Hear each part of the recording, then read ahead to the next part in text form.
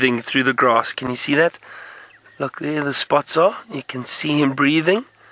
So we're not lying to you. He is definitely in there. But he has just decided that he's not interested in lying out in the open for us. And is right in the thick of it there. But as I said, we're going to wait, because when last did we see a beautiful big male leopard like this? I think Tristan had one the other day, Umvula, about 4 days ago. So I'm going to sit here very patiently and wait. I'd like to show you just a picture that I managed to get of this male and show you the scars from the fighting. So I think a lot of you agree with me. This is Tingana, based on that 5-5 spot pattern. And then also just look at the scarring above the eye and around the nose. There's some serious cuts. So he has been fighting with somebody. But you see the spot pattern above the whisker line just over there. And 1, 2, 3, 4. You see that? Those two are merged, and there's a very faint one over there. So it is 5 on this side, and it's very similar on the other side. 5, 5. So I think a lot of you agree that this is Tingana, which is great. We just needed to come out the bush for us. But that's exactly what we've been saying. That's why it's been so difficult to find leopards, is because when they disappear and they lie in a thicket like this, you're not going to see them. We will drive past here 1,000 times and you will never spot this leopard. It's incredible how they can disappear. But that is why... So I thought I heard something, but that is why they are so elusive. So we'll see. Maybe he decides to move out for us. Who knows? Wonderful to find him though this morning. I'm so glad we did see him. Maybe as the day goes on, he does decide to move. He's probably been covering a lot of distance during the course of the night. Been moving around. Scent marking, so that's why they decide to rest. There he is.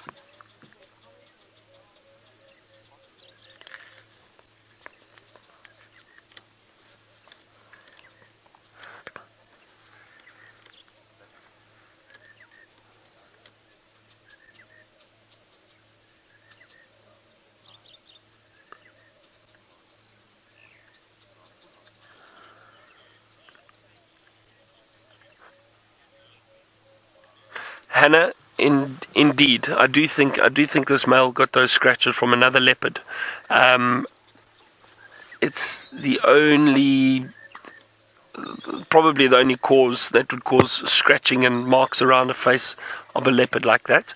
Males do have territorial fights at times, but it's interesting. Often what happens is, because the leopards, because they are solitary, they try to avoid confrontation. So what happens is the males, if they come across each other in each or one another's territory, what they do is they do this territorial display. They'll walk up and down in a line, and almost on the edge of their territory or of their respective territories, and they'll walk up and down, snarling, growling, scent marking. They salivate a lot, and they try and bare their teeth. So it's almost an intimidation process to try and cause the other leopard to move off. Eventually, if that doesn't work, they will attack one another. And then you see a lot of scarring on those leopards. They will heal very, very quickly. These animals have amazing ability to heal. So he will heal. We don't have to worry about that at all. But, and it could... Tanya, so you were asking about infection. You don't have to worry, not with facial scarring and that. That happens with all the big cats, lions, leopards. They heal very, very quickly. So I don't know if it was another male or if it was potentially a female that he bumped into, but my guess would be another male, and they possibly had a territorial little scuffle. It's usually quick. I've seen it before. It can be vicious, but once they really get into it and they'll try and bite each other around the neck. That's also why the males have that big, thick dewlap. There's a bit of movement in there now. I just heard him move. Maybe the flies start biting him and he decides to move. So that big thick dewlap, the big neck, that helps protect the neck a little bit. No, still. There's a little twitch, some breathing. So he's still alive. But what will happen is then those males, they often bite and then they'll lie down and they scratch one another. Front and hind legs will just start scratching and they tear at each other. It's very vicious, but it is quite quick. They'll often break up once they're done, then they'll move off. But they'll walk and stay in the same area for quite some time until eventually one decides he's had enough and he needs to move off.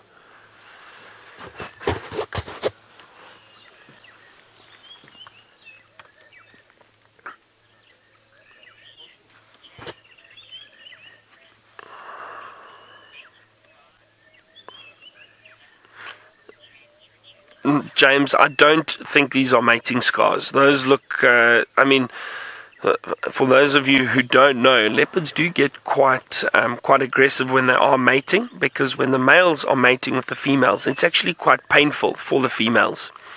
And when the male dismounts the female, she'll often turn around and try and scratch and bite the male.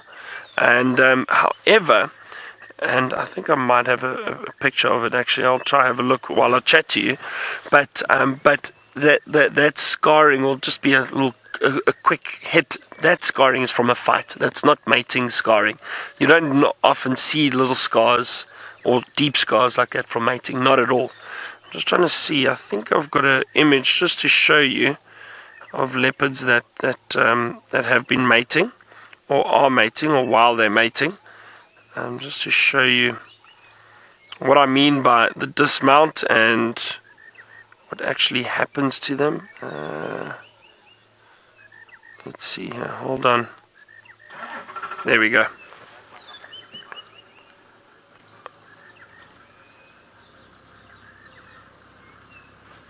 There we go, can you see that? You see that male jumping off the female? And that is what I mean by the female turning around to smack the male. But usually what happens is the male gets out of the way very, very quickly.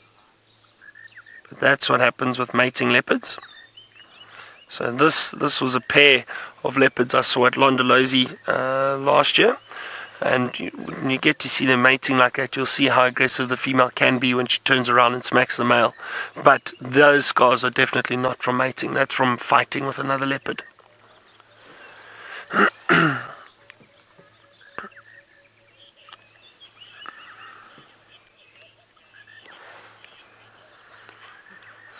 Miguel, good question.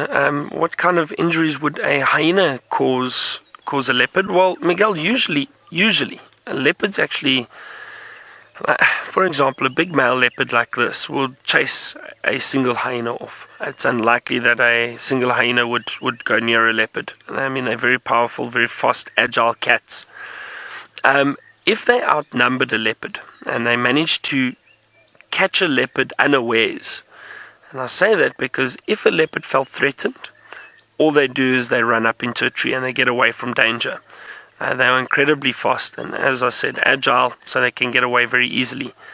But if a hyena had to grab a leopard and really attack them, you'd probably see some serious bite marks, but possibly the tearing of the skin, not necessarily scratch marks on the face like we saw with this male.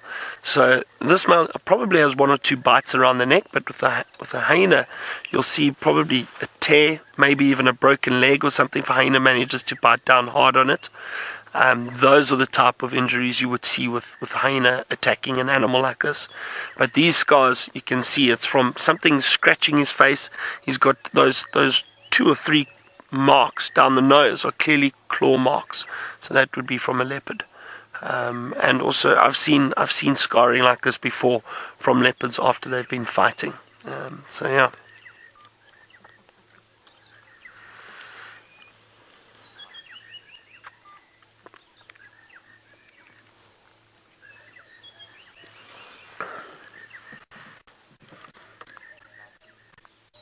Very peaceful sitting here with this leopard though.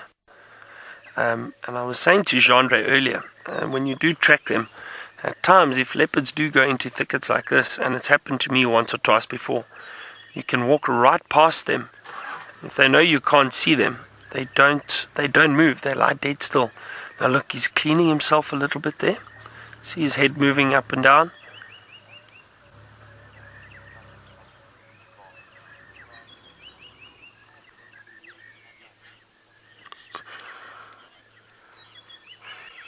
Now, this leopard is just going to stay here for a while, but so are we. We're going to wait. I'm going to wait it out and see what happens. Let's head to Stef and his hectic bushwalk.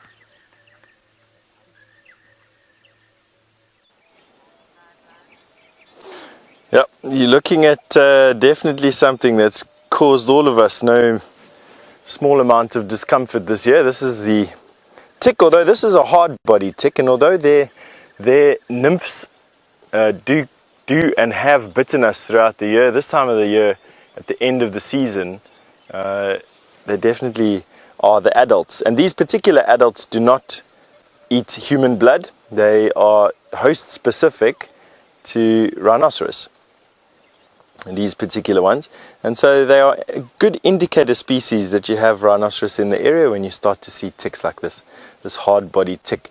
But what you can do is you can activate them. They are activated by movement, but also by carbon dioxide. So by blowing slowly on them, you see how he shifts his legs open. There we go. Oh, he dropped off, and that was just as a safety sake. He didn't want to be picked up by me, obviously. There he sits there on the ground. The hard-bodied tick. Now they won't bite me, I hope, but there you can see the proboscis that they stick into the body of the rhino, and then those long forelegs are actually how they sniff out the air to sniff out the carbon dioxide, and also how they hook on to the animal. Isn't that just gruesome, the fact that this can stick his face into your body and then suck your blood out? Let's put him back on his branch. Sorry, dude. No, he doesn't want to go back on his branch. Right. Oopsie. Come and have a look here. We've managed to come into an area we've been in for quite some time now. I love coming to visit this particular place. It is one of the largest unspoilt wetlands that we have over here. We call it a seep line area, and this a couple of months ago was just proper sand, and I've done a few segments from here. This particular collapsed aardvark burrow that we see in front of us here was the home of a pair of little bee eaters that we had the absolute pleasure of spending a few mornings and a few afternoons with over the last year. It's collapsed now, and the bee eaters have moved on to find other places, but the complex that is this particular aardvark warren is still existing, and it's nice to see if the aardvark have been in attendance here over the last couple of months. It doesn't look like they have, to be honest. I'm just seeing there's some excavations there. You can see Rexon standing in the distance over there. He's just made sure that that aardvark burrow doesn't have any warthogs living in it. Obviously, with me speaking to you and walking in there, I missed the subtleties of a warthog lying inside these aardvark burrows, and they can be quite dangerous if they come shooting out at you. I remember quite fondly during our January TV shows, Jean-Andre running at full speed away from a warthog that chased him out of one of these holes. But this tunnel has also collapsed. So that makes me believe that the aardvark in question that lives in these complexes hasn't been here for a bit. So he's either been killed. Tingana has got Tingana, the leopard that you're looking at with Byron, has got a reputation for eating aardvark, and because he lives in this area, there's a very good chance that this particular aardvark was caught either by a leopard, by Tingana, or by a lion. They're quite slow moving, and they do get away from them, but to be quite honest, they do fall prey to these animals sometimes. Now, Marsha, you wanted to know what the difference is between an aardvark or an aardwolf. Quite a lot, actually, to be quite honest, apart from the fact that they share the same food. An aardvark or an ant bear has a long tubular nose and is related to quite unlike anything you've ever seen in your life, barring, I suppose, the giant anteaters of Brazil. But long tubular nose, big rounded body, quite pale, pinky brown color, with long claws on their front feet that they used to dig in termite mounds with, and a sticky tongue that they can stick into warrens and burrows with. An aardwolf is a hyena. basically, yeah, it's a type of hyena that feeds on termites and will dig as well, but without the massively overdeveloped claws that an Aardvark has, and is got quite a shaggy, camouflaged brown mottled coat. Like I said, is more closely related to a hyena, or is a hyena in actual fact, than it is to an ant bear, or to an anteater. So quite a different in animals there, apart from their diet, of course. Now, Laura wanted to know if there's any tracks around here. Laura, there's a lot of tracks around here, but nothing that is fresh at the moment, to be honest. You can actually see this tunnel complex has collapsed along its length. So here the tunnel went, there it collapsed, it's collapsed here again, and this was where the chamber was. And if you come and step over here, you can actually see inside the chamber, which is quite a distance, a fair distance away from the actual. Have a look inside there.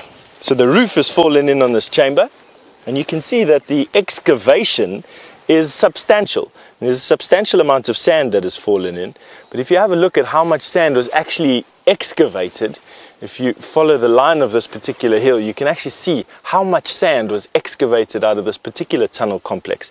You can see how huge these Aardvark warrens can actually be. And this particular hilltop is peppered with them. We've got this one here, there's another one down there that we showed you with the little beta, another one behind you, and then there's another complex there, which I'm going to go and have a look at now, so we can see if this ant bear hasn't just moved slightly along the hilltop. But we definitely go and see what's going on over there. Alright, why don't we send you over to Byron, who is looking at some grass, or some leopard camouflage as grass, I should say.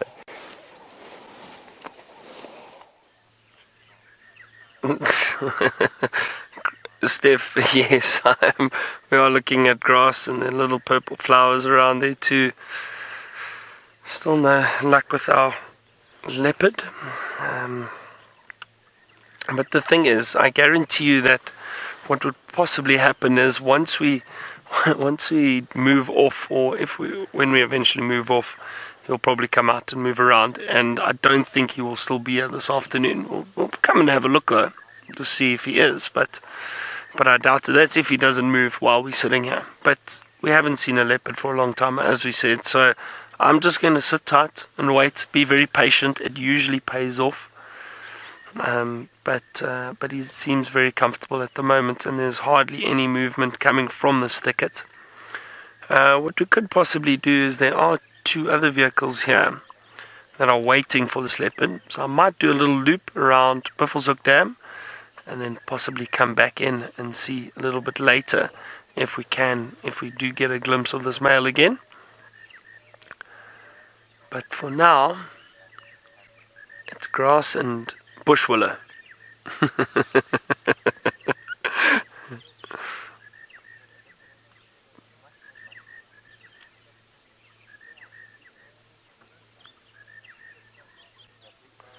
See if we can get any movement there again.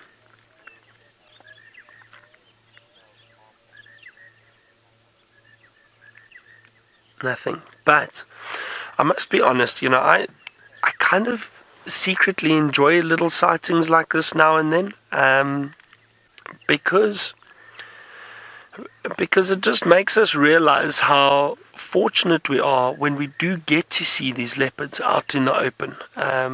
Leopards are elusive cats. This is their behavior. They hide in thickets, they hide in drainage lines.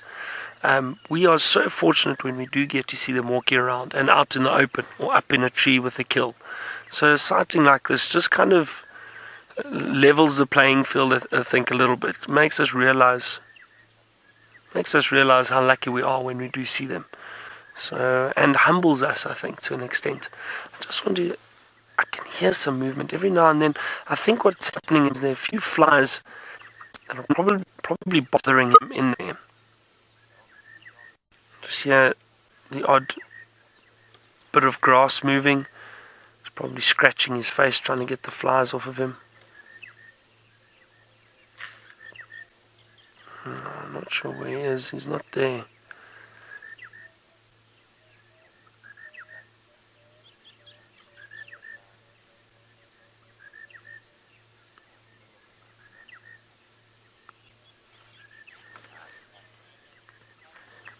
Alright, so let's move away from the grass for a little bit. Let's head to Taylor, who's got a yellow-billed hornbill she'd like to show you. Not just one yellow-billed hornbill, we have two. And they, at the moment, have their heads down inside a termite mound, feasting on delicious termites. Now, the two of them were both eating, but the one that's now sitting up on the branch is feeling a little bit nervous, a little bit camera shy, but that's okay. At least this deranged-looking hornbill, I always think they don't look like they have all the screws in their head. It always is like they're missing a couple of bolts. Look at those wild feathers, the big eyes, the long beaks. It makes for an interesting sight, but it does not inhibit their intelligence, the look that you get on the outside, because if any of you know much about termites, you'll know how full of fat and protein they are, so it is the most delicious and nutritious snack to eat when you're out in the bush. It's lovely, isn't it? Come on, throw a termite up for us. Let's hope it gets a big soldier. It'll be nice to see. At the moment, I think it's feeding on the workers, which are much smaller. That one looked quite big. That could have been a soldier. But all those termites now will be actually moving away. They won't stand and fight something like this. I think they realize that they're all just going to get eaten by one. So the workers will be racing back down to safety. The soldiers will be putting themselves between them and the thing that's trying to eat them. So in this case, a hornbill. And eventually even the soldiers will move off. And what that hornbill might do is might keep pecking at the softer sort of sand that's recently been added to the mound. So around the entrances, typically it's quite soft. They're often opening and closing those, and they'll just break it away to open up more of the inside of those chambers where there will be more termites. But how cool is that? Hungry. Now I wonder how many termites it takes to fill the belly of a hornbill, or to satisfy their hunger. Because I'm sure that they need quite a bit to fill up that crop, but you can see it looks like it's starting to get full now. The other one is missing out on some very good tasty food. Now if any of you have ever eaten termites, they actually don't taste bad at all.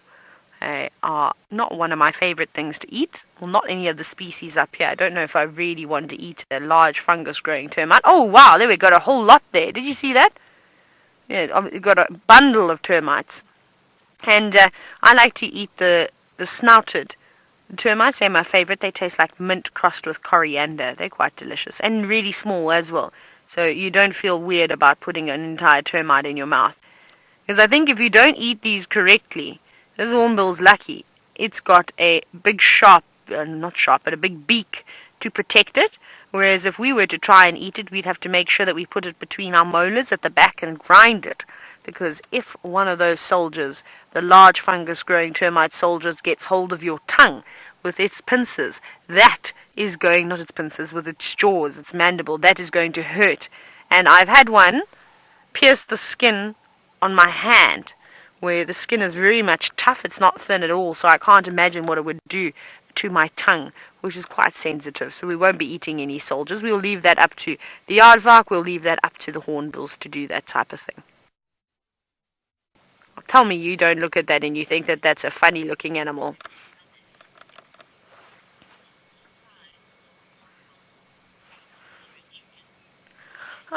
So Sid and quite a few of you were actually wondering what is the size comparison between a yellow-billed hornbill and a chicken. Now, a chicken is much bigger, in terms of body size. Obviously, a chicken doesn't have a beak anywhere near the size of a hornbill. There's very few birds out there that have beautiful beaks like that.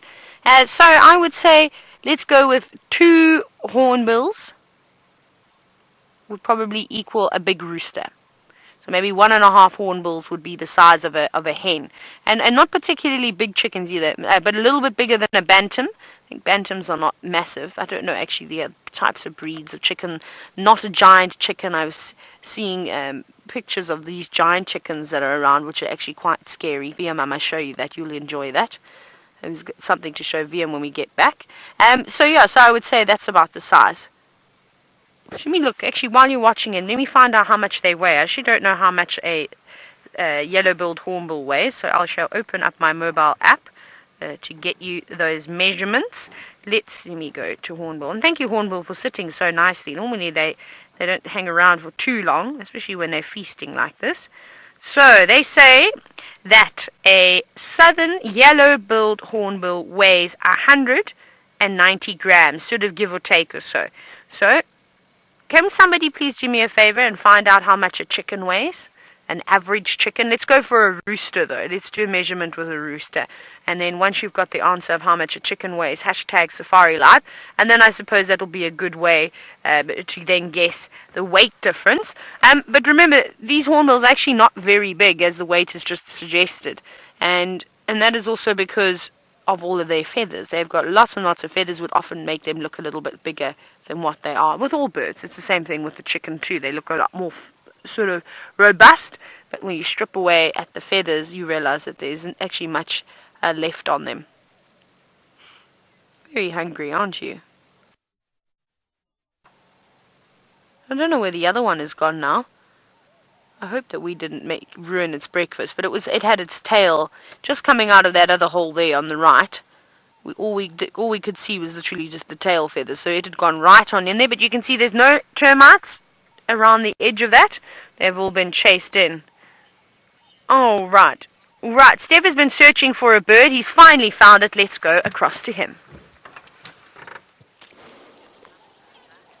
All right, get quick with your screenshots there. That is the woodland kingfisher that we're having a look at right now. One of the last of the shots of these woodland kingfisher, and definitely one of the last that we'll see on foot, that's for sure. This is about as close as you can get to the woodland kingfisher on foot. We are about 30 yards away from this bird at the moment. I'm waiting to see if it has a partner.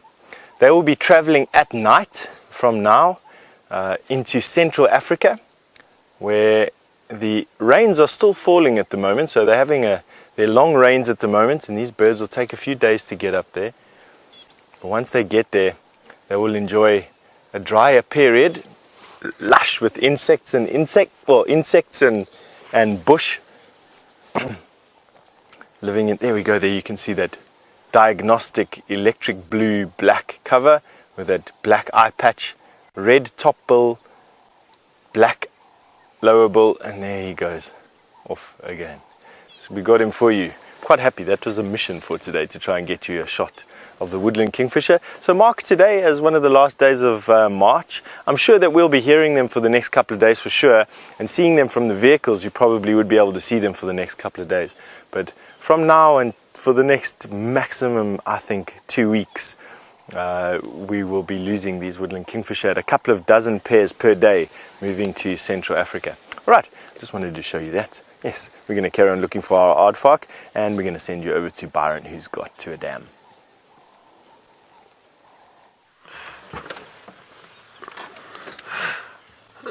I am indeed. So I've left the bush willow sighting for the meantime. I've just come to have a look around the dam to see if anything's going on around here.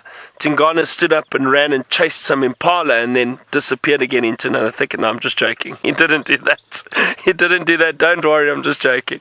But I've just done a little loop, and I'm going to go back there a little bit later and see if he does move.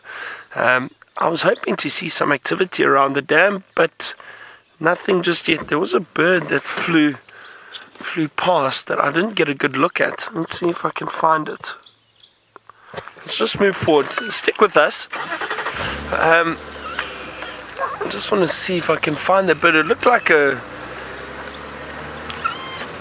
falcon of sorts, or some bird of prey, maybe an accipiter of sorts. Let's just have a look, see if I can find it. Maybe a goshawk.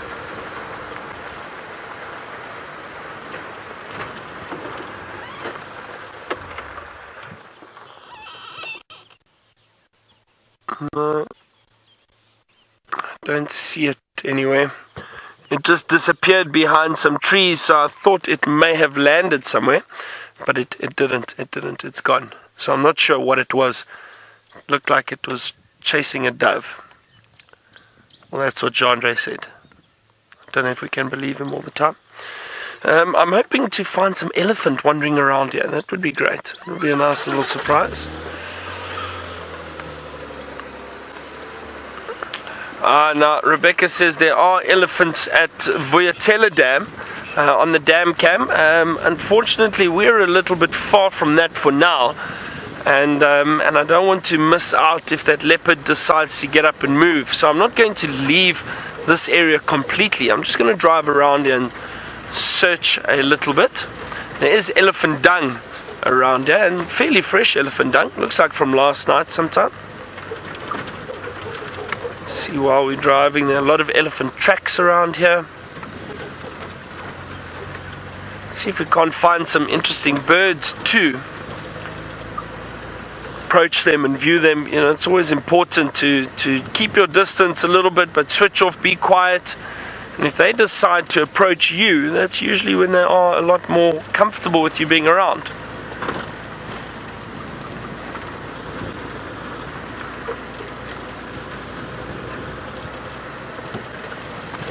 There's a lot of elephant dung here.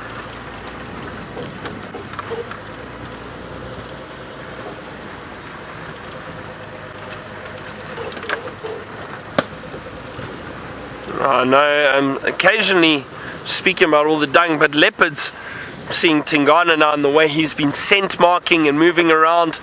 What they'll also do at times is they go and they find buffalo or elephant dung, and they actually roll around in it, and it helps. Well, we think the theory is that it helps mask their scent a little bit when they are possibly trying to hunt. So that is interesting behavior, but it does happen quite often. Oh, this is very fresh elephant dung. Come on, where are they? They've definitely walked in this direction. So we're going the right way. I've just seen a track heading in this direction. So maybe we're lucky and we do find them. It's always great as a guide if you say you've got signs of animals and fresh dung and you actually find the animal. It gives you a bit of credibility, I suppose. Oh, what was that? That looked like a cuckoo. I do think it was a cuckoo. Where did it go? You all know these cuckoos are very, very difficult to find, and they're very quick and they dart off.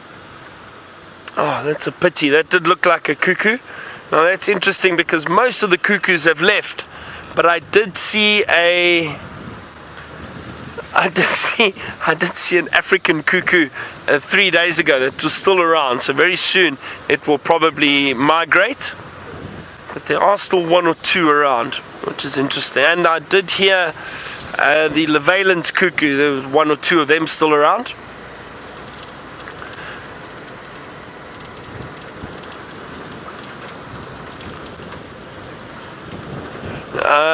Now, Rebecca has asked me to tell you when I think the end of summer is. Stef said it's when the woodland kingfishers leave.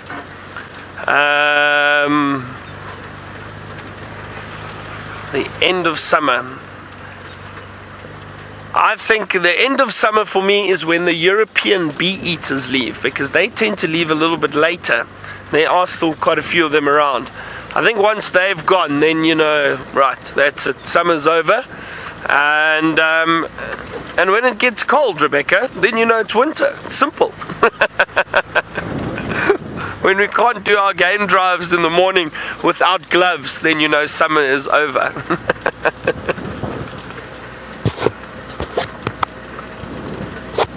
Some spider webs.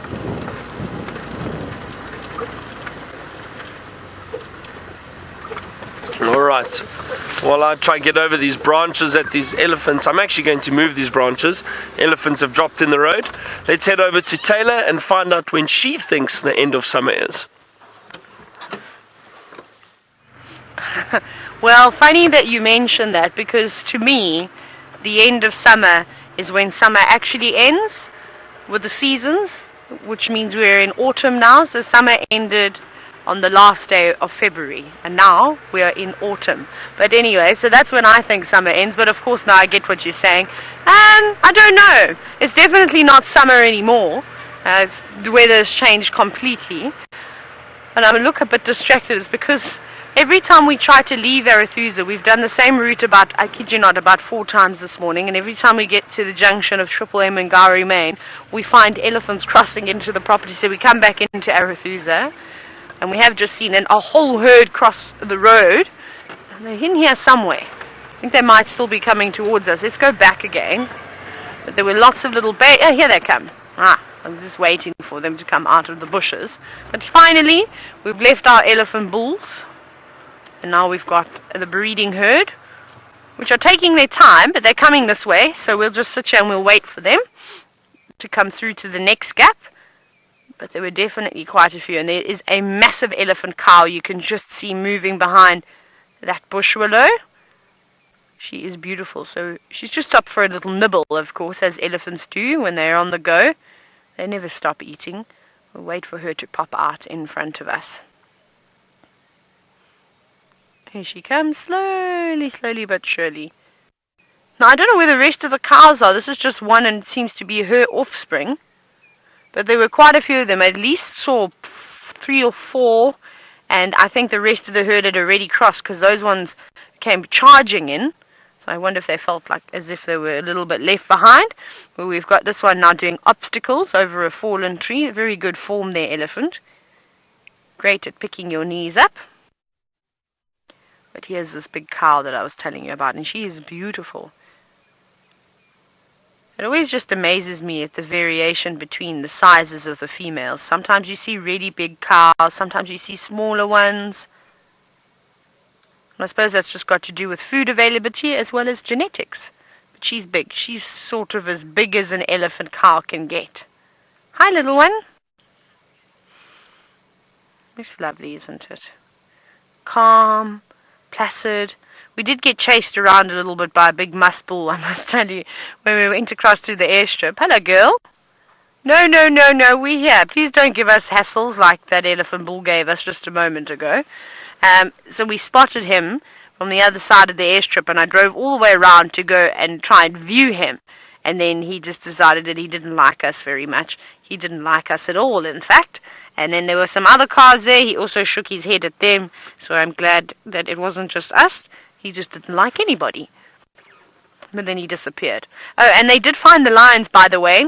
They were about a couple of 100 meters just south of the airstrip. So just out of our traverse. And that's actually where that big elephant bull was going.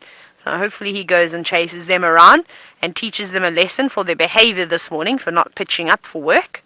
Very disappointed in those lions. I thought we were going to have another splendid sighting with them. Hello, little one. Yes. You're acting big and brave because Mom is standing just next to you, aren't you? And there they go. Hello. They're just going to move off to the right. And then the rest of the cows are slowly starting to filter through now as well. There's another one. A younger girl. No, not a younger girl. It looks like it's... Is it a girl? Yes, it is a female. Goodness, it was difficult. No, now I can't even tell. Like, come out of these bushes so I can see. It's always difficult when they're young like this. You can't now see the shape of the head either. So females have a much squarer head, and the males have a much longer head. It is indeed a girl. Always go with your gut feeling. I don't know why I chop and change all the time, but she doesn't look like she's had a calf just yet. Maybe soon. She's still a bit young. But this is lovely. Now, like I said, there were more elephants here. I don't know where they are anymore.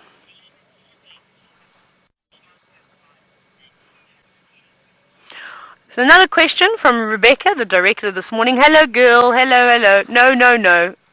Let's not be silly around the cars this morning. We just came here to interact with you nicely and say hello. And I think it's only fair that we are treated the same way. Thank you, young lady. No need for that type of behavior. We duck out of the way here. So the question from Rebecca this morning was, do I think that sibling elephants have a better bond between them than cousin elephants? Oh, most certainly. I definitely think so. because obviously with the age gap that you see with elephants, they have a calf every 4 to 5 years, also again just depending on food availability and that type of thing. And so sort of look at it like this way: if you were to have a child and you had a little girl as your first child, and then a few years later you had a little boy, and of course your daughter is going to be so protective over her little brother, and vice versa, whether it was an older brother and a younger daughter. And I think that's what we definitely see with the young elephants, is you always find that the middle calf is often around the youngest elephant, sort of just making sure that they're right, and you just sort of see that natural sort of maternal instinct in elephants. It's really, really so fascinating. And when that little one gets a fright, and it's not necessarily at mom's side, the first thing that it does is look for one of its older siblings. But the bond between the various members of elephant herds is actually very, very good, as you've seen. So even with the cousins, I think that they get along just splendid. You know what it's like. But there's some more Ellies that are popping out just up ahead. Now, Kofi, you're wondering if elephants really have a good memory. Well, that's a good question. I think they do. In terms of remembering migratory routes and things like that, I think it's very important. Let me, actually, before I carry on with that, look at all the little hairs on the back of this elephant. So now, we don't actually ever really get shots like that. So they're covered in these tiny bristles, and I've always wanted to touch an elephant. Should we catch those ones that are about to pop up on the road? There's a little calf too. So that's really nice. So again, when the fly, like the one that just landed in my eyelash, lands on the elephant's body, they can feel it moving around on their bodies. Look at the tiny little one up here. I'll get back to the question now about their memories. No, don't run away. Okay, let me go up a little bit closer. They seem very much relaxed. No, don't run to Mom. Stay with us. We'll look after you. Give Mom a break. Again, with the young cow. They are always, you saw that young cow that we just had now, every time I've ever had a sighting with an elephant cow that's younger than about 12 years old, they always give you a little bit of a rev. And I'm not scared or anything like that. It's just throwing a temper tantrum, also trying to figure out their hierarchy status, I suppose, within a herd. And I'm sure that they feel happy if they're a little bit more important than we are. And so just to go back to the question about elephants having good memory, I think to an extent they remember trade routes that are passed down from generation to generation, which is quite spectacular. I can't even remember my way around the property sometimes, so much better than ours. But which is, I suppose they have a good memory. I don't know how good. We have to play a memory game with an elephant, I think, to realize that. And even then, I think that would be a difficult game to play. Hey, VM, do you think you could get a herd of elephants to sit down for long enough to play a memory game? No, I think that could be quite a challenge, eh? I think so. Let me reposition again and see if we can get a view of some of these guys. They are moving off into the thicker vegetation now, and unfortunately we're not going to be able to follow them. But here's a better spot to park. And sometimes that's all it takes, is just repositioning the vehicle slightly to getting a couple of views. Sometimes you need to do it 100 times in one sighting. But there they go, happily feeding. They didn't look happy when we first spotted them as they were running across the road. They have definitely settled down now.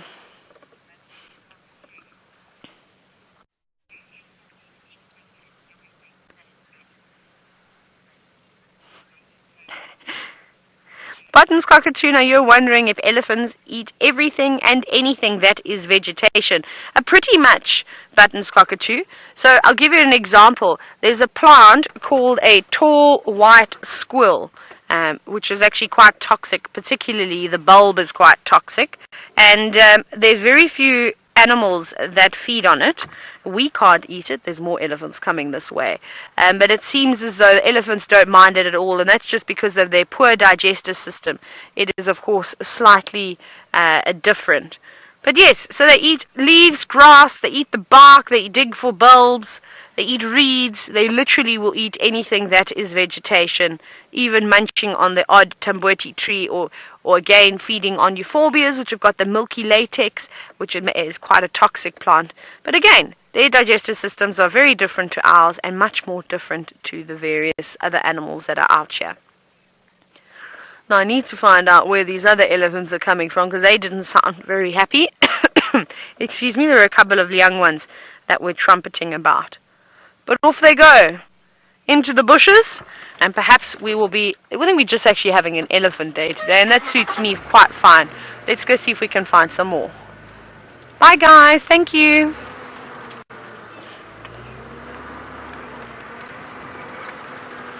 Right, we're going to go back towards Djuma. I'm sure we'll have to end up coming back to Arathusa. It sounds like there's some more elephants just across the way. Let's jump back with Stef on bushwalk. There definitely are more elephants to look at over here, and we're busy following the trail of an elephant herd right now, and it's just one of the most pleasurable things to do for me is follow a relatively easy trail through the bush where you can just enjoy picturing in your mind what these animals were doing as they were moving through the bush. And have a look here. You can see what I'm talking about being relatively easy. Have a look at this channel or avenue of flattened grass that you can see as this elephant herd moved through. There are probably, I don't know, 10 to 12 individuals in this particular group, maybe a few less than that. Definitely 3 adult cows that we can tell. And let's walk a little bit on this and see if you can get into the feeling of where these elephants are. Now as they're walking, they're busy feeding, and what elephants will do is they'll walk along and they'll pick some grass, and just like this one, they'll bite off the ends of the grass and then just drop the rest of the grass out of their mouths. You can see that they pushed their way through here. Now we're not going to walk through there because Craig's got some cables on him, but let's go around here and pick up the trail just past this particular one. You can see another individual went off there, but we don't want to get sidetracked by missing out. So here you can see where the tracks of these elephants went down here. You can see where it went all flat. Now the trick with keeping or tracking animals like this is you've got to keep your head up so that not only you minimize the risk of actually running into these animals, but it's much easier to see where they went when you're looking about 10 to 15 paces in front of you. So that's where your eyes must be if you're trying to follow it. And try this at home or in your wilderness parks where you are. Try and follow your dog or your cat. Now what we've got here is we've got some feeding sign. The elephants came and fed underneath this bush, and what happens is their trail becomes quite diffuse. But what often happens is they'll come to a collection point when they leave a particularly good feeding area, like this must have been for them. So let's follow here. Lots of elephant tracks all over the place, but if we move just on the other side of this, we should start to see where all these trails coalesce with one another. And let's see if we can see where that happens. So come this way. Wow, it seems like we've got Ellies all over the place today. Not only are we following a nice bunch of elephant, but Taylor seems to be bumping into every elephant this side of the Kruger National Park. She's got another herd to show you. Hello girl, hello girl, hello girl. We are bumping into all the elephants, as you can see. Hello girlie. Hello, hello, hello, hello, hello. Sorry, I'm just talking to them. It's okay, relax. Thank you, good girl. What a lovely elephant cow. You, on the other hand, don't you start your nonsense while Mom is standing so close. Now, I'm not necessarily, obviously, worried about Mom coming so close to us, but it does make my heart sink to my feet. There's some more coming out of every angle. It is when a young elephant starts to throw a bit of a tantrum right next to your car. Because, of course, that elephant is us, which we don't want. So I always talk to them constantly, and sometimes I'll just let them know. I'll go, just to change my tone slightly, and you see it straight away with the elephants. It works really, really well. So this was probably the rest of the herd. There's still more elephants, so don't think you're going to get away with it. It's just not. There's some coming out there. There's some coming out behind us. It really is amazing. I don't know where to look this morning. Oh, sorry, that was me taking my foot off the brake. Apologize, I forgot to do that. But they are so cool. They're so relaxed. This is a lovely herd of elephants, and I got my wish. I said that I wanted to be close to an elephant today. I did indeed. Yeah, isn't that cool? So we're on the boundary road, so you can see the power lines, you can see the big wooden signs which guides the guests to the lodges that they need to go to, which I feel as though we need on all the roads, so I can find myself around the property a little bit easier. That would be nice. But there's a young bull. He's just sort of investigating, smelling the dung, picking up on who passed through here. Was it a female? Was it a male? Was she an estrus? Does she have a calf? Is the bull in must? And just by sniffing urine and dung, that's what these animals are able to pick up. And that's all thanks to the Jacobson organ that is situated between sort of the, well, with an elephant, it's not quite, I suppose you could say it's still situated between the nose and the top lip, somewhere around in there. Those ones are gone. Let me reposition a little bit and we'll get another view of some more elephants that are just behind us.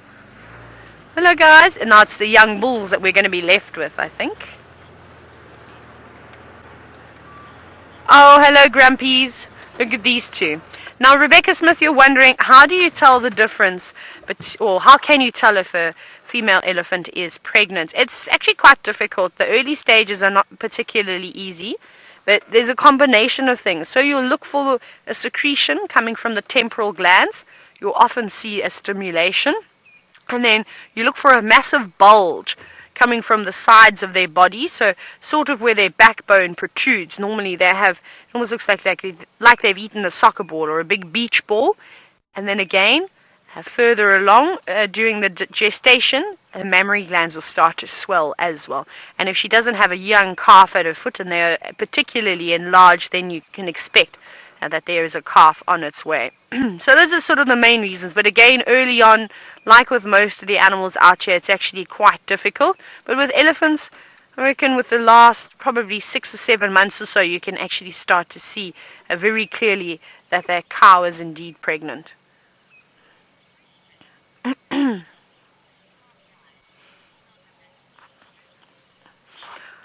interesting question from Michelle. If an calf dies, will that elephant cow go back into estrus? Most likely, probably not straight away. I feel like elephants have got such a strong bond and are so intelligent. I think that they do mourn after an incident like that of losing a calf. Is very, very stressful. Remember, I've told you the story about the stillborn that we actually watched this elephant giving birth to a stillborn, which was very, very sad. And for a few days, she didn't want to leave that elephant's side. Remember, she pulled it off the road. She tried to cover it with sand as well as leaves. And for the next few days, she didn't leave it. Eventually, the breeding herd was waiting around for her. They couldn't wait anymore. They moved off. They had to find water. And then I think it was a week or so before she moved off. So I don't know, maybe a few months afterwards she could come back into estrus again. Whether it's going to be, right off of the bat, I'm a little bit uncertain. But I wouldn't hate for that to happen to any of these animals, and particularly an animal like an elephant that is so intelligent. But these are the bulls. These are the youngsters, the ones that don't need mom anymore. They're big enough to hang around at the back of the herd, cause all the mischief. And some of my favorite elephants to watch. VM, I'm going to roll forward again, if that's okay. We're on a little bit of a slope. So let's get in line with these boys. Hello, naughties. Yes, I'm talking about how you're my favorite. There we go. Now we're almost eye level with these elephants.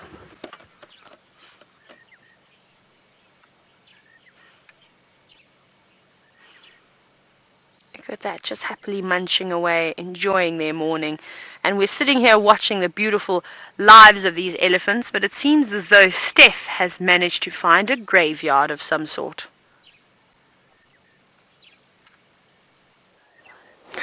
Not so much a hint of a graveyard as an actual graveyard, but as you can see from this pathway, this elephant trail that we've been on has led us down to this clearing that we're standing on. And this clearing is here for a reason. This clearing is the home of some bones. There's the skull of an adult rhinoceros. This rhino died probably about 2.5 years ago or so. 2.5, just under 3 years ago. And its bones are being gradually scattered about this area here, but it never stops to amaze me, at least, how elephant always come through here. You find herds of elephant coming through here all the time. They end up spending some time around these bones.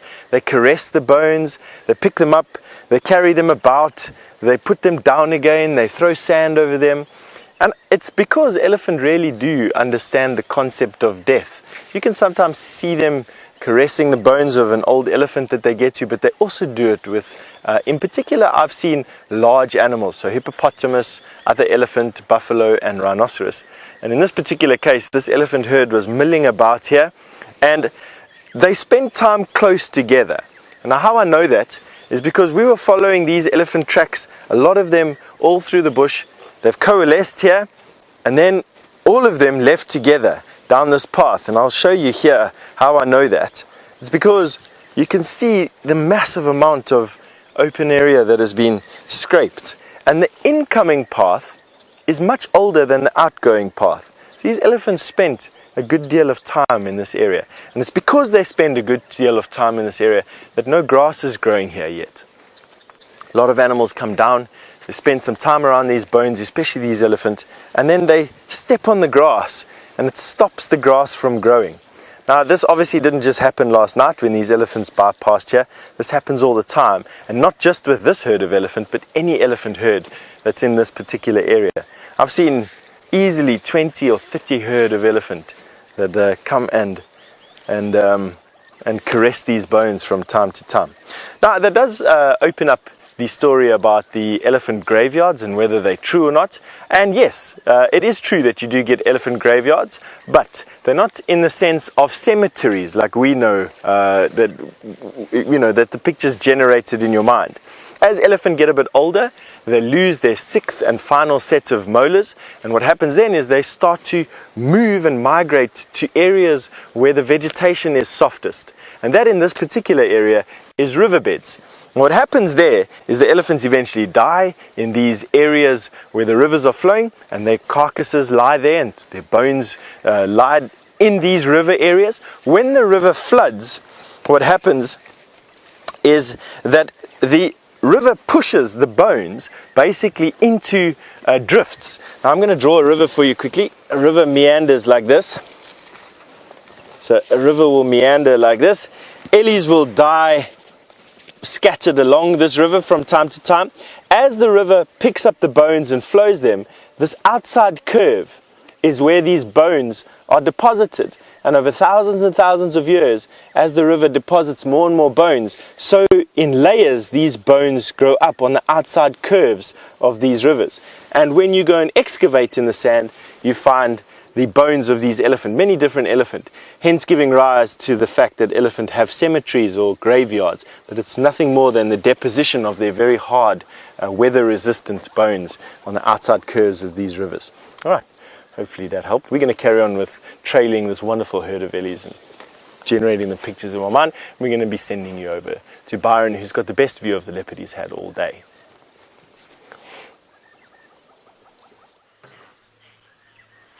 Yeah, we've changed from bush willow to silver cluster leaf, but there is a leopard in the background.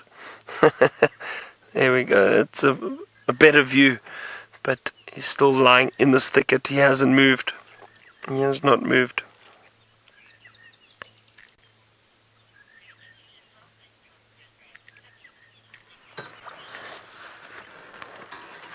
So those of you who are just joining us, there's a beautiful male leopard lying in the bush, and that's why we're sitting waiting to see if he comes out for us. My name is Byron, and Genre is on camera this morning. Well, don't forget, you've got about 30 minutes left of the show. So don't forget to send us your questions, hashtag Safari Live, and we'll hopefully answer most of them, and comments.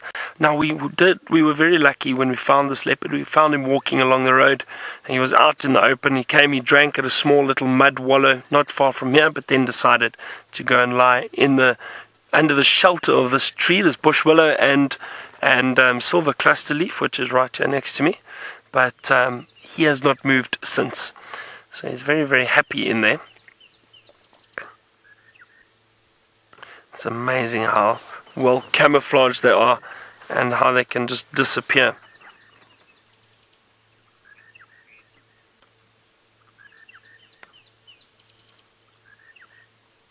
He's cleaning himself, look at that.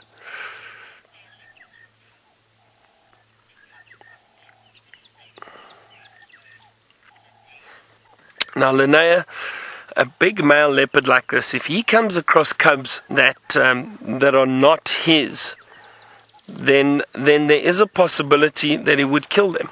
There is a possibility he would kill them, because that for him is potential competition in the future, and also he wants to try and make sure that only his lineage, his bloodline, continues within that area. For them, that is success. If he comes across cubs that are his own, the leopards definitely recognize them. They will recognize them, and I've seen males interact with their cubs before. It's not seen often, because usually it's the females that raise the cubs, but I have seen males bump into females with their cubs and interact with their cubs, but it doesn't happen often. They won't kill them. They know is their bloodline. It's their offspring, and there's no reason for them to do that. But if it's not theirs, yes, it can happen that males will kill cubs, especially younger cubs. It also then forces the females to come into estrus a lot quicker, so that they will then try and mate with the males. But the interesting thing with the leopard is the and I find this fascinating, but the males don't really have to do, well, they don't have to do much when it comes to females. All they need to do, which is not easy, but they need to ensure that they have a large territory. And if they are a big dominant male, as long as they patrol their territory and scent mark and keep other males out, the females are the ones that instigate the mating.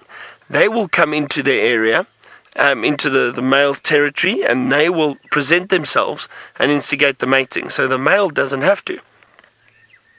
He just waits for the females to come to him. Isn't that great?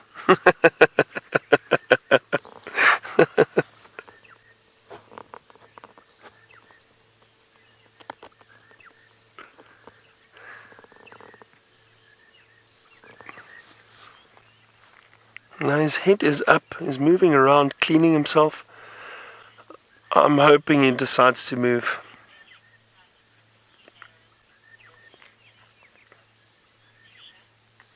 Patricia, the males, when they do fight, and this male we know was in a fight recently. We could see the scarring on his face earlier. Those of you who didn't see it, he's got a lot of scarring on his face.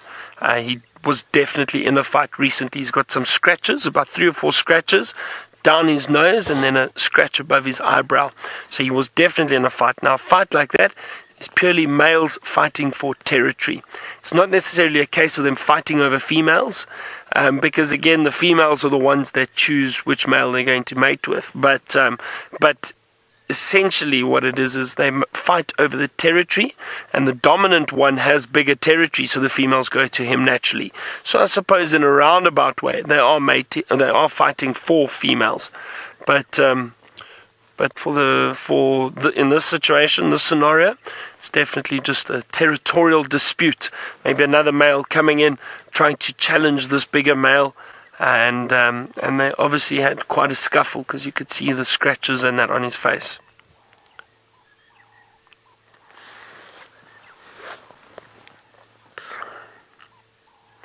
Now, like I said, his head is up. And I'm hoping that he decides to move out of this thicket before the end of the show. We will try and come back, of course, later this afternoon again. See if we can find him, if he is still in the area. But it's sometimes unlikely. I mean, leopards move a lot during the day, and that people don't realize.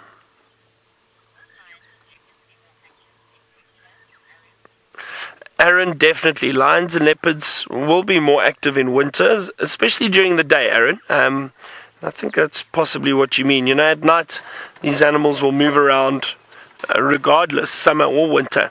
But during the day, they will be active for a lot longer. So a longer period of time in the morning, because it's still very, very cool.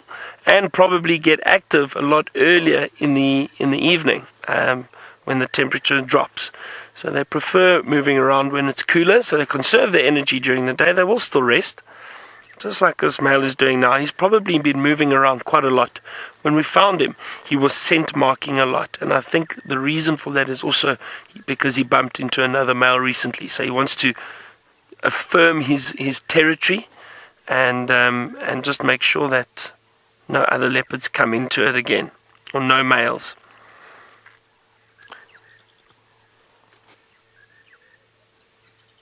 Did I say affirm his territory? He wants to assert his territory. What did I say?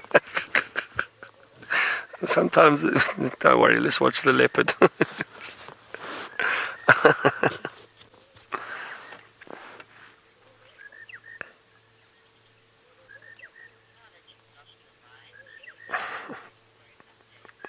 See what happens when you sit with a leopard for too long. I'm going to sit here a little bit longer.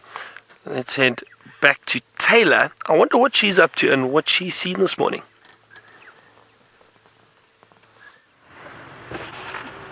It's a good excuse that you used, Byron. But yes, welcome again. My name is Taylor, and on camera today, the master behind the camera, of course, is VM, bringing you all those wonderful shots. Now, we are, of course, bumbling around, and there's interesting topics that are flying around the table this morning. One of them was about what animals we might see as we come into winter, which will be more active, all of them. We'll actually be able to see the animals when there's no grass left, so that will make a huge difference. You know what we're actually going to start seeing a lot of, which I'm quite excited, is we see a lot of jackals. We've been lucky the last few days, we've been spotting them again, but because the grass drops down, we'll be able to follow them around a little bit more, which would be nice. And then VM and I were saying that also the animals that are more active during the cold are things like polar bears and maybe penguins. What else, VM? Snow leopards, but unfortunately we won't be seeing any of those animals here. And the only one that you could see that I think dresses well for winter is the woolly-necked stork. I think it's the only one that puts a scarf on. Everybody else, unfortunately, well, I suppose I'm talking absolute nonsense. All the animals here, barring the elephant and the thick-skinned animals, excluding the buffalo, though. You'll often see the buffalo becoming a little bit hairier in winter too. But the lions, the leopards, the birds will fluff up more. They all get their different feathers, their different coats that they need to try and keep them warm during the chillier months. But no, I don't know. The only thing that we're really going to see is as it gets cooler, is that obviously the cats are going to be a lot more active for later during the day. So we'll probably see a bit more activity right until towards the end of the show, rather than just being the sort of the first half an hour or so that we could potentially see animals moving around. Just trying to think, there's a lot of elephant tracks around here. There's some buffalo tracks here too. There's also a squirrel running down the road, which, as I pointed out, will disappear because that is the magic trick that squirrels do. They lead you up. There it is. Ah, look what it's eating. It's got a marula nut. Hi, squirrel. I'm so excited. Remember we had the challenge, the squirrel challenge, a few months ago, where we tried to put squirrels on screen and I couldn't find one. I think Jamie won that day. But here we go. I think that this could be the winning squirrel shot. Beautifully sitting, posing, and desperately trying to dig those little tasty nuts that are hidden within the marula stone. Wonderful! But now it's gone. I hope you got some good screenshots. Please share them with us. It's almost never that we get to get pictures of squirrels and things like that, so I'd very much appreciate seeing a beautiful squirrel eating a marula nut. So hashtag Safari Live, and you can pop it on Twitter, which would be quite cool. I think let's go down towards Chele Pan. We're going to go and check the pans and see if there's any buffaloes wallowing away, getting ready for the hot day that will fall upon us. Stef has now found something that's, well, slightly larger than the squirrel we just had.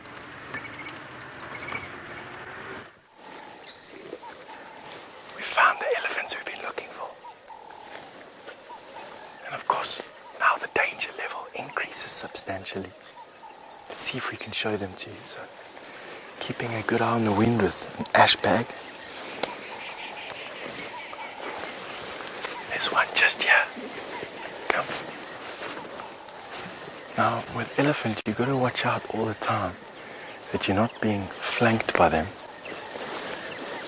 There's one there. so difficult. They're all over here. There must be about 10 or 20 of them. Come. There's one there. There, you can see on the back there. So this is the herd that we've been following for the last hour and a bit. They've finished visiting the carcass of that rhinoceros early this morning and then have moved into this thick bush to feed. Bypassing a pan of water that was disgusting. I don't think even I wouldn't have drunk that water, even filtered. Now, there's elephant all over the place here. There's elephant in this little bush here. There's elephant there. There's that big elephant on that side there. And true to form, made up mainly of cows, adult cows. I can see 3 adult cows. The rest are all youngsters. Now, elephant have a funny way of sort of sensing. They have a sixth sense basically when people are here. I don't quite know what it is. Here we're watching that elephant's breakfast or dinner last night come out. And watch how these elephants disappear. There's easily 10 elephant here. In this bush, we can just see the tail of that one, and that's it. The rest are missing in action. But they're here. Now, there goes another one there, across there. One's going to come into the open there.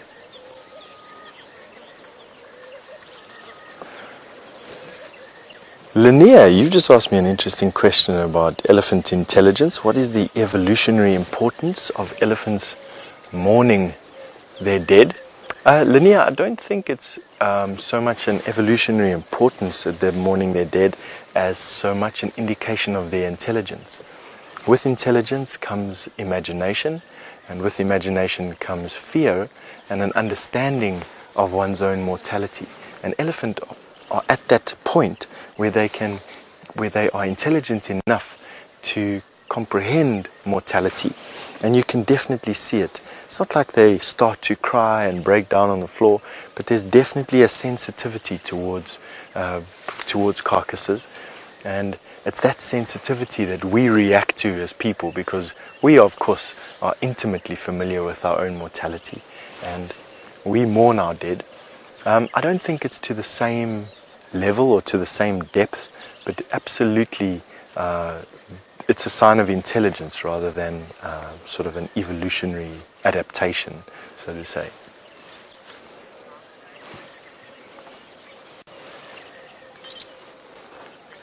Marco, you wanted to know if an elephant can distinguish between different types of bones? I think so, Marco. I think that there's degrees that you see these animals interact with bones. That particular rhinoceros, dead rhinoceros, I've seen elephant there before, and they're very sensitive to it, but they don't spend a lot of time there. 10-20 minutes and then they move off. Whereas with elephant carcasses, I've seen elephants spend an entire day around the carcasses to some degree or another, where they will pick up the bones and play with them, caress them, put them down quite reverently, cover them with bushes. Excuse my head whipping around from time to time. Just there's bushes cracking everywhere, and with our visibility literally down to a couple of yards, maybe 30-40 yards at most, to be amongst a herd of elephant like we are now is very, very dangerous. So I've just got to keep my eyes open and my ears and my senses extended here. So yes, to answer your question finally there, Marco, I definitely think that they can distinguish between bones. They can smell the difference between a rhino bone and an elephant bone, and between an impala and a kudu or a buffalo. They don't tend to give the same type of attention to the smaller boned mammals. They don't, caress impala bones. They'll play around with carcasses, but it's definitely the larger mammals that they tend to spend more time around. The bigger bones, in other words. There's an elephant talking there. By talking, I mean we can hear their belly rumbles. Now, Justin, you asked me if elephants fear death. Wow. Yes, I do think that they fear death. I think that there's a collective memory amongst the elephant herds here, very similar to how humans have a collective memory about shared bad experiences. If you've never been in a car accident, I'm sure that just because of stories and about people's telling you and feelings that you've shared with others, you don't want to be in a car accident. Similarly to elephants, they don't want to be hunted, they don't want to be approached on foot, they don't want to be darted by helicopter or moved in lorries or displaced from one area to another or chased by anyone, logging groups or farmers. And you'll see that elephants that are in areas that have different conditions, loggers or wood collectors or hunters, they display very different behavior, even if that particular elephant has never been shot at or chased with a spear or anything. So to come back to your question, do they fear death? Yes, I think they are clever enough to understand a threat to their lives, even if indirectly, and they react to that. And so that's why I'm saying yes to your question there, Marco. These elephants are still all around us. Now, let's see if we can show you one last look of these Ellies. We're not going to be able to go into this area. It's just literally infused with leopard. I can't see anything where we're standing at the moment. They're sort of in this valley over here. So that was unfortunately that last tail that we had of that elephant was the last time we're going to be seeing these elephants on foot. But they are, the only fresh water in the area is the Vuyatela Pan. And so I would say keep an eye on the dam cam going forward for today. Probably around about lunchtime, these elephants are going to come and have a drink. Mid-morning lunchtime, they're going to come and have a drink over there. So keep looking there. All right, on that note, we are going to be sending you over to Byron for a look at that leopard that he's sitting with.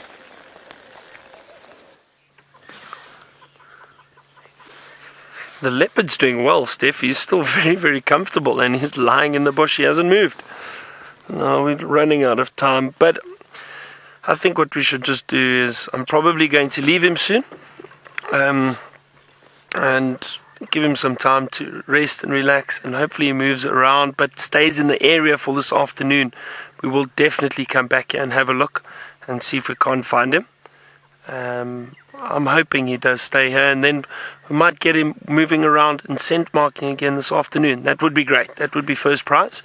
So let's hope and see. But for now, it does look like he's very, very comfortable and not interested in moving at all. It was nice to see him, nice to find him. Very happy that we did get to see a leopard this morning. It's the first leopard I've seen on this stint since I've been back. So that is great, nice. And especially this time of year when it is so thick and it's difficult to see these animals, as you can see.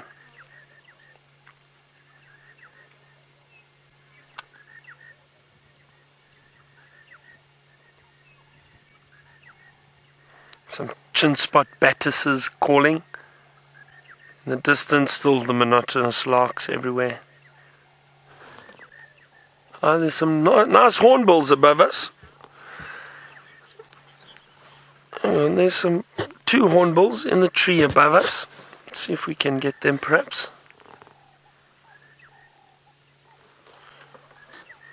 There they are.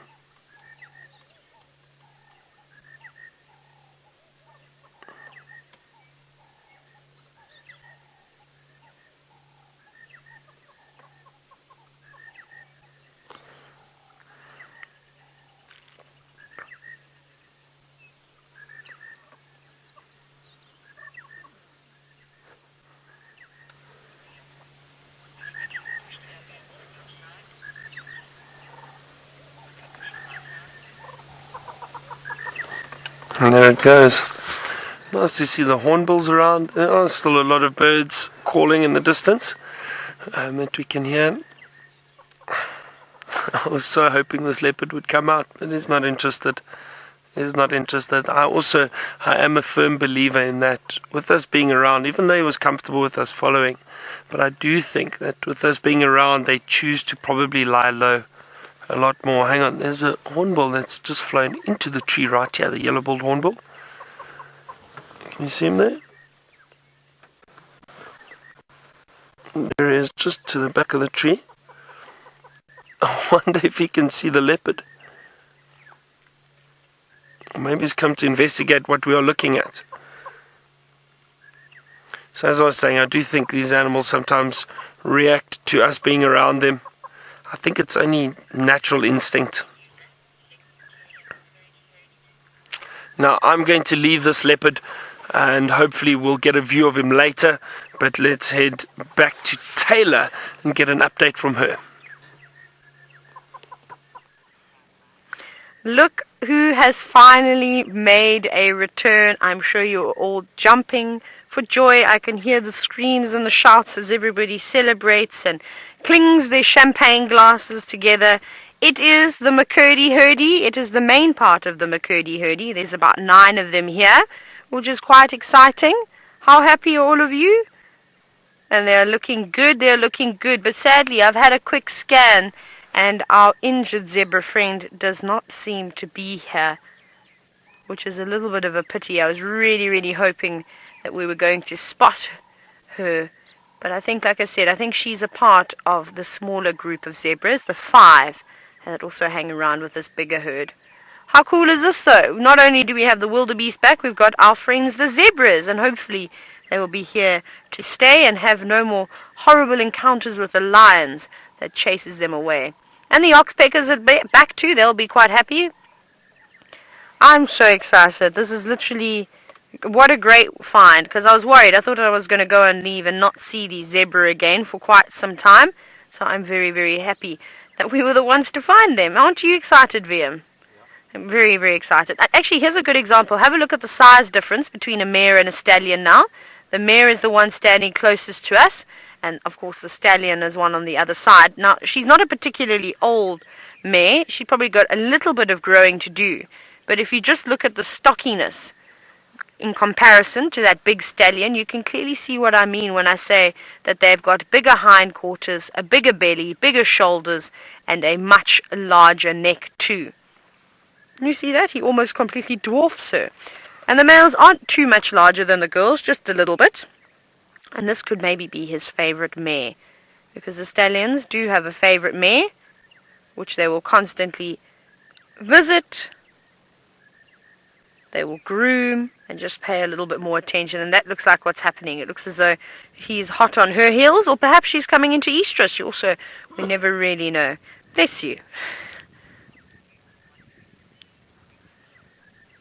Now, Button's cockatoo, you were actually wondering if he was smelling her to see if she was in estrus. Definitely a possibility, and he does do his rounds. He'll move along constantly, checking on the girls, but he will have a favorite, one that he tends to sort of have a better relationship with, I suppose. But that's a beautiful shot, the mohawk between a zebra's ears. I always love their manes that stand up straight. It's one of my favorite features of a zebra. Not only are they beautiful with their lovely stripes, but of course that mane is quite mesmerizing too. VM, what I want to do is there's a car that just wants to get past us. Let's completely reposition. Let's go wait around the corner and just let this vehicle come past us. Just wave them on. Trying to do some strange hand signals. Hopefully they understood what I was trying to say.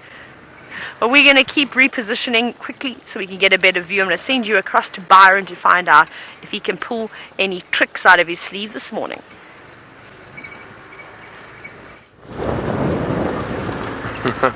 So I've left that leopard now. Let's see. I thought I saw a bird in there. No, there's... hang on. Isn't that the... it is indeed... wait, I want to show you something quickly. I showed some of you viewers the other day. Anyway, so I left that leopard. Hopefully he's going to stay in that area for tomorrow. There's a mistletoe up in the marula off to the left. Actually, I don't know if you'll be able to see it. Anyway, tip of the day. Yeah, sorry, that actually the mistletoe is not going to work for us today. Sorry, I'll show you some other mistletoe.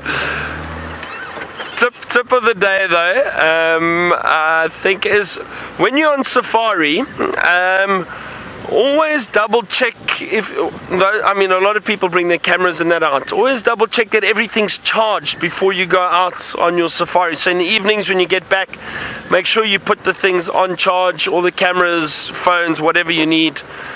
Because often people get out, they get nice sightings and the battery dies because they didn't check the night before. So It's an important tip. Make sure everything is charged before you head out in the morning, or change batteries if you have to. Simple tip, but you'd be surprised.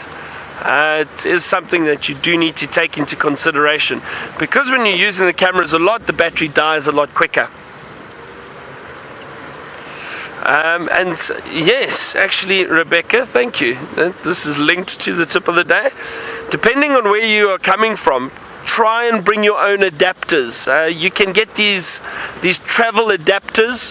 You can buy them anywhere, and those are so important to have depending on which country you're in. We've got very different sockets or plug points compared to the United States or even Europe. So try and get those travel adapters. Bring those with you. Those are great to have, and that will obviously allow you to charge everything.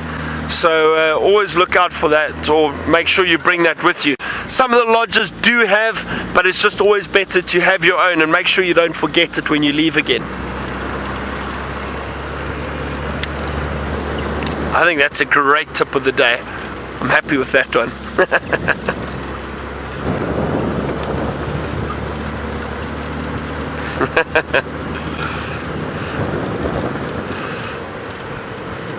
Alright, I'm going to say goodbye for this morning. It's been great having you. We'll see you this afternoon. Let's head back to Taylor and her herd of zebra.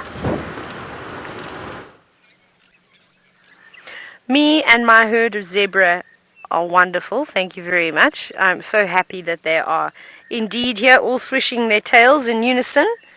This day is going to be a really, really good one. I'm so happy. I've taken so many pictures now while being off air of this herd, because I'm so worried that they do a disappearing act again, and then I won't have anything to remember them by. But that's a good shot. That's a nice, make a good wallpaper for your computers back at home. Or perhaps if you have a good enough quality, you could maybe blow it up and put it on your wall. Isn't that great? A great bum shot. All doing exactly the same thing. I think I have to be a little bit naughty, VM. Don't tell anyone. Shh, everybody, I am going to be naughty. I have to take one picture, and then I promise I'm done. Okay, don't tell it. One more. Just one more. And then I promise I'm done. Okay, I took two. I'm such a rebel. It's so difficult to, of course, get the zebras to pose like this when you want them to. But isn't that lovely? Now, it's not just them that have woken up. The wildebeest have just stood up too. Great minds think alike, VM. That is fantastic. They're also moving here towards the zebras. And to me, this shot with all the marula trees and the long grass really doesn't look like South Africa. It reminds me a little bit of Zambia, sort of as you've moved off the massive open plains and start heading down towards the sort of forested areas with all the big anna trees. There's sort of like this... I don't know what you could call it. There's this area, this zone between the two as the vegetation starts to get thicker, and this looks exactly like it. It's really, really beautiful. But down there we don't see many marula trees. Lots of false marulas, lots of inyala berries, and lots of other things. And here come two more of the McCurdy herdies joining in with the wildebeest too, which is good. And of course, as you know, they've got a strong relationship, these two species, and you often see them together like this. I think this is going to be great. I can't wait to do a walk again, to be able to approach the McCurdy herdie as well as the wildebeest on foot together. That might be a very, very nice. Now, I just wanted to remind you as we sit here and we watch these beautiful animals, is that we do have a time change that's happening on the 1st of April. Remember, the drives will start for the sunrise safari 6 a.m. till 9 a.m. Central African time, and in the afternoon 3:30 p.m. to 6:30 p.m. Central African time. But if you are not convinced and you think that you may forget, don't worry, there is a blog post that will be going out a little bit later on this afternoon, probably a little bit later towards this evening, so you can have that all in writing, and that way you won't forget. But this has been absolutely wonderful. Just to quickly do my highlight of the day, I don't know, it's a tough call between the arrival of the McCurdy herdie and then, of course, that squirrel sighting was actually quite spectacular. But it has been another wonderful sunrise safari, and I'm sure that you're all jumping for joy and cannot wait for this afternoon sunset safari. So from all of us here at Wild Earth, from the directors to the final control, the guides, the cameramen, everybody involved, the managers, thank you very much. We'll catch you this afternoon.